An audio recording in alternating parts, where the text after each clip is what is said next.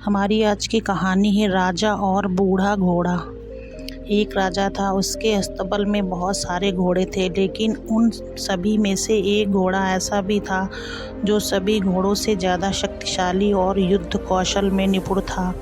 हर युद्ध में राजा उसकी पीठ पर बैठकर जाता और युद्ध जीत कर आता था, इसलिए राजा उसे बहुत प्यार करता था।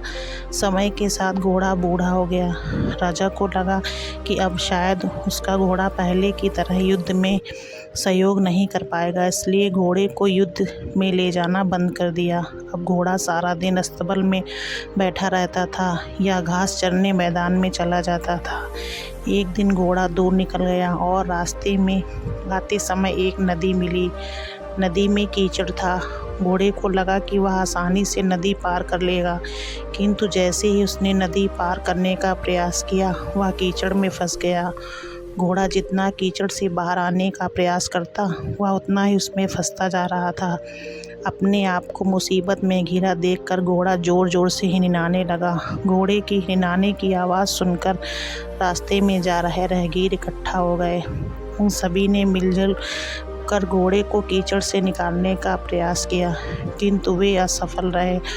लोगों ने घोड़े के मालिक का पता किया तो पता चला वह राजा का घोड़ा है। यह बात राजा तक पहुंचाई गई। उसका प्यारा घोड़ा गहरे कीचड़ में फंस गया है और कीचड़ से नहीं निकल पा रहा है। राजा अपने सैनिकों के साथ घटनास्थल पर पहुंचा और घोड़े को निकालने का प्रयास करने लगा, किंतु उन्हें भी सफलता नहीं मिली।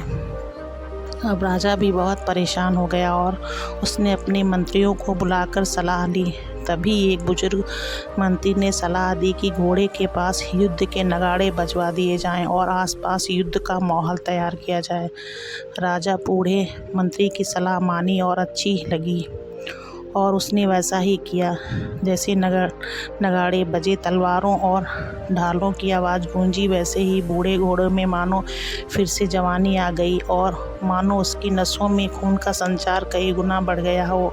वह धीरे धीरे उठ खड़ा हुआ और ज़ोर से हिनहाते हुए चमत्कारी रूप से एक झटके में कीचड़ से बाहर आ गया।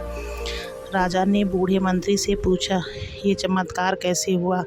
तो मंत्री ने उत्तर दिया, यह घोड़ा बूढ़ा जरूर हो गया है, लेकिन जब इसमें काम नहीं लिया गया तो उसके अंदर उत्साह और आत्मविश्वास खत्म हो गया था, और आज फिर से वही माहौल मिला तो उसमें उत्साह का संचार हुआ और ताकत लौट आई। राजा को भी सारी बात समझ में आ गई और उसने अपने वीर घोड़े को फिर से काम पर रख लिया। हमें इस कहानी से यह शिक्षा मिलती है, जीवन में उत्साह और आत्मविश्वास को कभी ख़त्म नहीं होने देना चाहिए। अगर आपको हमारी वीडियो अच्छी लगे तो वीडियो को लाइक, चैनल को प्लीज़ सब्सक्राइब करें।